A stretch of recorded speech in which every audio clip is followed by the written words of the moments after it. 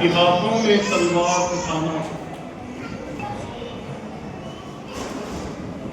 ہاتھوں میں تلوار اٹھانا پڑتا ہے، دشمن کی اوقات دکھانا پڑتا ہے، بے شک دین پہ چلنا کھیل نہیں ہے بچوں کا، سر دے کر اسلام بچانا پڑتا ہے۔ سبحان اللہ، کیا کہنے بھائی، دین پہ چلنا کھیل نہیں ہے بچوں کا۔ اور دلی کی کرسی پر کوئی بھی بیٹھے، اللہ کا شکر ہے کہ سرکار غریب نواز کے اس کے موقع پر وہ بھی چادر بھیجتا ہے کہ ہاتھوں میں تلوار اٹھانا پڑتا ہے، دشمن کی اوقات بتانا پڑتا ہے۔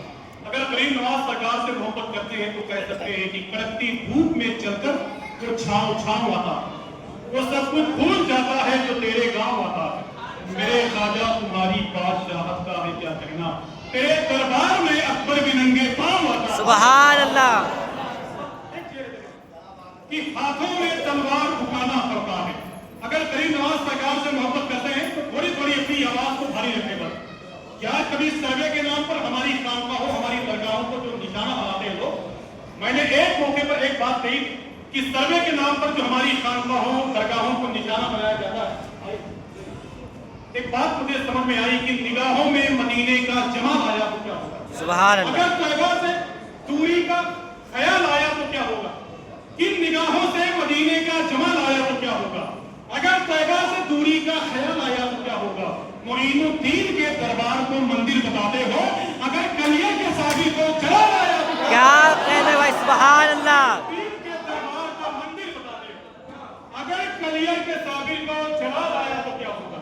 میں اپنے شعر کو بند کرتا ہوں، میں بہت جلدی بول رہا ہوں کہ ہاتھوں میں تلوار اٹھانا پڑتا ہے۔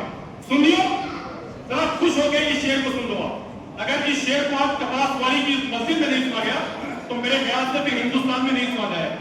اتنے جذباتی لوگ یہاں بیٹھے ہوئے ہیں کہ میرے خیال سے آج گونگا آدمی بھی کامیاب ہو جائے۔ کہ ہاتھوں میں تلوار اٹھانا پڑتا ہے، بس آخری شعر دیکھیں اور میرے ہاتھوں کا اشارہ دیکھیں آپ، کہ ہاتھوں میں تلوار اٹھانا پڑتا ہے، دشمن کی اوقات بتانا پڑتا ہے، دین پہ چلنا کھیل نہیں ہے بچوں کا، سر دے کر اسلام بچانا پڑتا ہے۔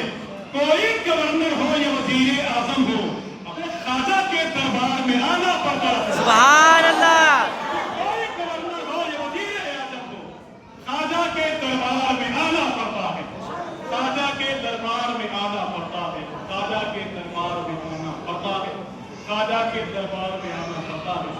حضرات آئیے بہت ہی ادب و احترام کے ساتھ، تھوڑی دیر یہ محفل تو ہونی ہے، حضور مسیح الفرما کی گفتگو انشاءاللہ چمک سکتی ہے، لیکن یاد رکھیں بڑی کامیاب محفل ہے۔ ابھی ادب کی جب تقریر ہوگی تو انشاءاللہ آپ غزلیوں اٹھ لیں گے۔ میں گزارش کرتا ہوں شہنشاہ ترنم جناب فیصل ربانی بہرائے شریف سے، ان مصروں کے ساتھ کی لاکھ کوشش ہوئی بدنام نہیں کر پایا، ایک درویش کو گمنام نہیں کر پایا، خواجہ ہند کا دربار ہٹانے والوں پرتھوی رات بھی یہ کام نہیں کر پایا۔ کیا کہنے بھائی، سبحان اللہ۔